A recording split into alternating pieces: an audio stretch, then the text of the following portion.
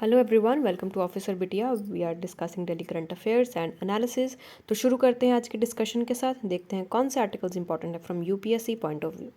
The first article is about committee on चार धाम project. तो recently supreme court ने हमारी जो गवर्नमेंट है उन्होंने एक चार धाम प्रोजेक्ट लॉन्च किया था, जहाँ पर हम बात कर रहे थे कि जो हमारे चार धाम हैं उनको कनेक्ट किया जाए। तो अब इसी के ऊपर एक कमेटी रखी गई है जिसके चेयरपर्सन है A.K. सिकरी।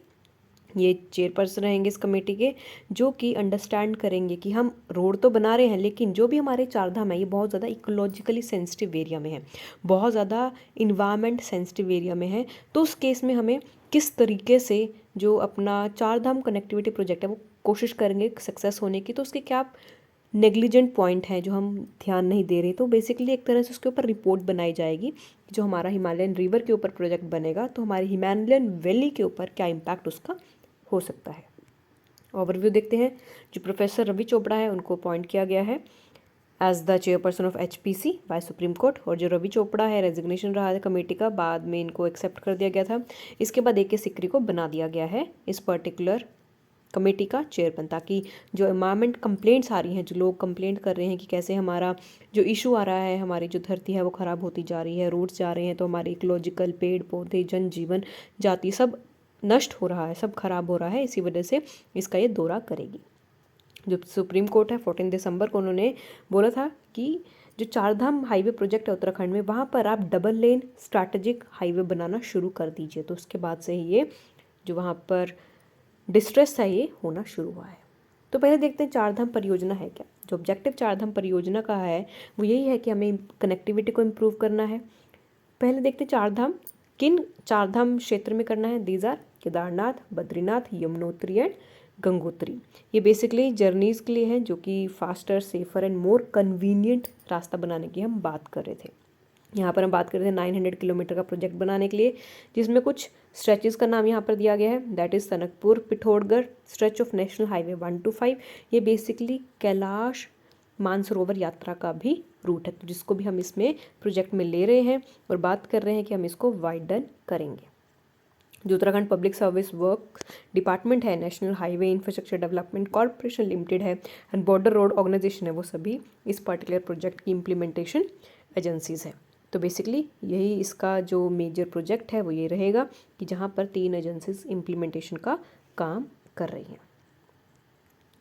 इन्वायरमेंटल कंसर्न्स देखते हैं। तो यहाँ देखते हैं कि कंसर्न्स आ क्या रहे हैं। अब हम प्रोजेक्ट बनाने की बात करें, अब डेवलपमेंट है और इकोलॉजिकल सेंसिटिव एरियाज़ के ऊपर हमेशा से ही कॉन्फ्लिक्ट रहा है, तो यहाँ पर भी इसका इशू आ रहा है। जो प्रोजेक्ट है वो डिस्ट्रॉय कर सकता है 55,000 trees and 690 hectares of forest and जहाँ पर 20 क्यूबिक मीटर्स ऑफ सॉइल का भी नुकसान होगा। और जो हार्वेस्टिंग है, वेजिटेशन का रिमूवल है रोड वाइनिंग की वजह से, और वहाँ की जो रीजनल इकोलॉजी है, बायोडाइवर्सिटी है, वो भी ख़राब होती जा रही है, हज़ार्डस हो रही है, जिसकी वजह से पोल्यूशन भी बढ़ेगा, ट्रैफिक बढ़ेगा, पोल्यूशन बढ़ेगा, तो हमारे जो जनजाति जीवन है वो तो ख़राब हो जाएंगे, उनकी ऊपर इम्पैक्ट पड़ेगा, जिसकी वजह से बहुत ज़्यादा नेग्लिजेंस इम्पैक्ट यहाँ पर हमें देखने को मिलेगा। अब देखते हैं next, PLI scheme for drone industry. तो बेसिकली एक स्कीम लेकर आए हैं ड्रोन इंडस्ट्री के लिए। अब ड्रोन बहुत ज़्यादा काम में आ रहे हैं, सब जगह यही यूज़ हो रहे हैं। तो जो प्रोडक्शन लिंक्ड इंसेंटिव स्कीम है ड्रोन इंडस्ट्री के लिए, वो नोटिफाई किया है by ministry of civil aviation in सितंबर 2021। देखते हैं क्या इस पर्टिकुलर स्कीम के फीचर्स हैं। एंड इस स्कीम में जो मैन्युफैक्चरर्स हैं ड्रोन्स के एंड ड्रोन कंपोनेंट्स के, उनको 20% का इंसेंटिव दिया जाएगा, वैल्यू एडिशन दिया जाएगा अगर 3 साल के लिए अगर वो ड्रोन कंपोनेंट्स इंडिया में ही मैन्युफैक्चर करते हैं। जो वैल्यू एडिशन होगा वो कैलकुलेट किया जाएगा जितना भी एक साल में रेवेन्यू किया गया है उस ड्रोन कंपोनेंट्स की, उसमें से परचेजिंग कॉस्ट को माइनस कर दिया जाएगा, जो भी नेट रहेगा GST का वो कॉस्ट लिया जाएगा। एंड बाद में मिनिमम वैल्यू एडिशन 40% तक नेट सेल का किया जाएगा ड्रोन कंपोनेंट्स में। इस स्कीम में 120 करोड़ का इंसेंटिव दिया जाएगा एंड इस स्कीम की हेल्प से बाय 2026 इंडिया का मेन एम है कि उनको अपनी टर्नओवर 15,000 करोड़ तक पहुंचानी है। तो ये उसका मेजर एम हमें देखने को मिल रहा है। अब इन्विटेशन देखते हैं एप्लीकेशंस का। 11 मार्च 2022 को जो मिनिस्ट्री ऑफ सिविल एविएशन है उन्होंने एप्लीकेशंस बुलाई हैं ड्रोन मैन्युफैक्चरर से फॉर PLI स्कीम। जो एप्लीकेशन है वो एक तरह से एक पेज फॉर्म करेंगे जो कि सर्टिफिकेशन रिक्वायर करेंगे from the head of organisation and statutory auditor. जो लास्ट डेट रहेगी सबमिशन की दैट विल बी 31 मार्च 2022। तो अभी सिर्फ कुछ ही दिन बाकी हैं जहाँ पर एप्लीकेशन सबमिट करना बाकी है। अब हम कोशिश कर रहे हैं कि जो ड्रोन्स है वो हम इंडिया में ही बनाएं, इंडिया में ही बेचें और बाहर भी बेचें, लेकिन हम इंपोर्ट ना करें। इसलिए हम बैन कर रहे हैं फॉरेन ड्रोन्स के ऊपर इंपोर्ट में, उनके ऊपर पूरी तरह से ब्लैंकेट बैन लगा रहे हैं। 10 फरवरी को गवर्नमेंट ने बैन किया है फॉरेन ड्रोन्स, अब कोई नहीं करेगा, क्योंकि अगर फॉरेन से आने लगे तो हम अपना जो डोमेस्टिक ड्रोन है वो कैसे यूज़ करेंगे।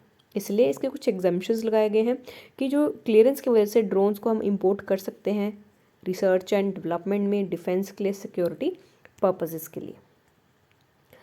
लेकिन जो मेजर थिंग है वो यही है कि हमारा जो मेन फोकस है वो यही है कि कैसे हमें ड्रोन इंडस्ट्री को प्रमोट करना है। कोशिश करनी है कि हमारी जो ड्रोन इंडस्ट्री है वो ग्रो करे और जो फॉरेन डिपेंडेंस है ड्रोन के ऊपर वो कम से कम हो सके, ताकि हमारी जो फॉरेन एक्सचेंज है वो बढ़े। नेक्स्ट इज़ अबाउट जेनो ट्रांसप्लांटेशन। तो जो ट्रांसप्लांटेशन है ये एक नई टेक्नोलॉजी है। यहाँ पर बेसिकली हम क्या बात कर रहे हैं, ये एक तरह से ऐसा प्रोसेस है ट्रांसप्लांटेशन का of animal organ into human body, जहाँ पर हम एनिमल का ऑर्गन, जानवर का कोई ऑर्गन हम इंसान की बॉडी में ट्रांसप्लांट कर रहे हैं, उसको जेनो ट्रांसप्लांटेशन बोलते हैं। यूपीएससी सीधा ही ऐसा सिंपल सा क्वेश्चन पूछ लेगा, व्हाट इज जेनो ट्रांसप्लांटेशन, कि जेनो transplantation was recently in news, it is. उन्होंने सिंपल क्वेश्चन पूछने, कोई टेक्निकल क्वेश्चन नहीं पूछना कि ट्रांसप्लांटेशन कैसे होता है, कैसा प्रोसीजर है, ये क्वेश्चन उन्होंने पूछना ही, उन्होंने ये पूछना कि व्हाट इज जेनो ट्रांसप्लांटेशन। तो एक तरह से यहाँ पर जो एनिमल है उसके लिविंग सेल्स, टिश्यूज, ऑर्गन्स एक स्पीशीज से दूसरे स्पीशीज में डाले जाते हैं। जेनोग्राफ्ट एक और टर्म है, एक तरह से ऑर्गन ट्रांसप्लांटेड होते हैं एक स्पीशीज से दूसरे में। एलो ट्रांसप्लांटेशन ये एक तरह से होता है जहाँ पर हम सेम स्पीशीज में ट्रांसप्लांटेशन कर रहे हैं। जेनोजोनोसिस ट्रांसमिशन होता है, दैट इज डिसीज ट्रांसमिशन। अब जेनो ट्रांसप्लांटेशन का देखते हैं। Basically US state food and drug administration के मुताबिक जो जेनो ट्रांसप्लांटेशन है ये एक ऐसा प्रोसेस है जहाँ पर आप ट्रांसप्लांट भी करते हो, एक बॉडी से दूसरी बॉडी में लेकर जाते हो, इम्प्लांट करते हो, उसके अंदर डाल रहे हो एंड इन्फ्यूज़ कर रहे हो the following things into human body. कौन कौन सी चीज़ें डाल रहे हो, these are living cells, tissues, organs from animal source. तो एनिमल से आप लिविंग सेल्स, टिश्यूज़, ऑर्गन्स डाल रहे हो। और human body fluids, cells, tissues, organs ये एक तरह से हैड एक्स विवो, ये बेसिकली लिविंग बॉडी के बाहर होता है। जब ये कांटेक्ट में आता है लाइव एनिमल सेल्स, टिश्यू के साथ, तब यहाँ पर जो ट्रांसप्लांटेशन है वो किया जाता है। अब क्यों ज़रूरत है, क्या ज़रूरत है हमें कि हमें जानवरों से ट्रांसप्लांटेशन ऑर्गन लेने की ज़रूरत पड़ रही है, क्योंकि काफ़ी ज़्यादा जो ह्यूमन में इतने सारे डिसीजेस बढ़ते जा रहे हैं कि जो ट्रांसप्लांटेशन है उसकी डिमांड बढ़ती जा रही है, बट वो लिमिटेड है सप्लाई में, यहाँ पर बहुत ज़्यादा अवेलेबल नहीं है। लोग डोनेट भी नहीं करते हैं इंडिया में, या बाहर के लोग भी इतना डोनेट नहीं करते, तो हमारा ध्यान भी नहीं जाता डोनेशन पर। हमें बस अपनी ज़रूरत के लिए होता है, वी डोंट थिंक कि हमें डोनेट भी करना चाहिए, कि क्या पता दूसरे की मदद हो जाए। तो जो एनिमल ऑर्गन्स होते हैं वो यूज़ करते हैं इंस्टेड ऑफ ह्यूमन ऑर्गन्स, तो इसलिए एनिमल ऑर्गन्स को भी यूज़ किया जा सकता है, क्योंकि उनका कुछ ना कुछ स्ट्रक्चर ह्यूमन बॉडी की तरह ही है।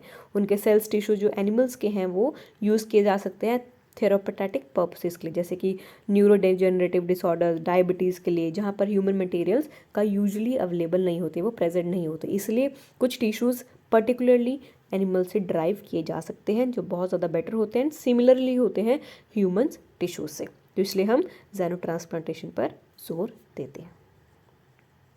अब देखते हैं इससे कंसर्न्स क्या है। यहाँ पर पॉसिबिलिटी है कि ठीक है आप ट्रांसप्लांट तो कर रहे हो, बट अब इसका साइड इफ़ेक्ट्स भी होंगे, कॉन्स भी होंगे। ऑब्वियसली इन्फेक्शन का खतरा रहेगा, अगर एनिमल खुद इन्फेक्टेड है तो वो इन्फेक्शन इंसानों में भी फैल जाएगा, जिसकी वजह से उनकी लाइफ इन डेंजर हो जाएगी, और फिर एक इंसान से वो दूसरे इंसान में भी ट्रांसफ़र हो सकता है। जो क्रॉस स्पीशीज़ इन्फेक्शन है वो रेट्रोवायरस है, ये एक तरह से मेजर पब्लिक कंसर्न है, क्योंकि जो वायरस है ऐसा हो सकता है कि स्टार्टिंग में तो वो बहुत ज़्यादा लेटेंट है, कुछ सालों तक वो सामने नहीं आया, लेकिन बाद में बहुत ज़्यादा आउटस्प्रेड होने लग गया है, फैलने लग गया है, जिसकी वजह से ये भी एक तरह से मेजर इशू है।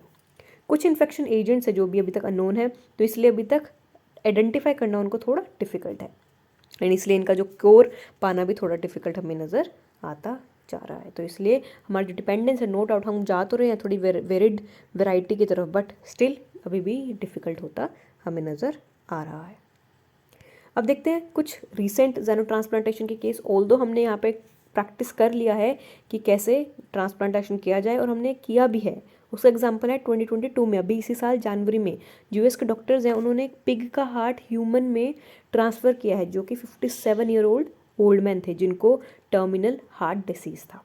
जो ट्रांसप्लांटेड हार्ट है उनका जो हार्ट ट्रांसप्लांट किया गया है पिग का, उसने एक्सेप्ट कर लिया, कोई साइन नहीं दिखे कि ये एक्सेप्ट नहीं किया गया ह्यूमन बॉडी से, एंड ये काफ़ी ज़्यादा फंक्शन भी ठीक तरीके से करता रहा। लेकिन बाद में 8 मार्च को उसकी डेथ हो गई। तो यहाँ पर सिर्फ वो 2 महीने के लिए ज़िंदा रहे, उसके बाद उनकी डेथ होगी। तो बेसिकली एक तरह से ये सैड इशू भी है कि नो डाउट अब हम एनिमल्स की तरफ जा रहे हैं, बट उसके लिए हमें और ज़्यादा स्टडी करने की ज़रूरत है और ज़्यादा ध्यान देने की ज़रूरत है, जहाँ पर जो हमारा ट्रांसप्लांटेशन है वो सही तरीके से हो सके और जिससे ह्यूमन लाइफ्स इम्पैक्ट ना हो सके।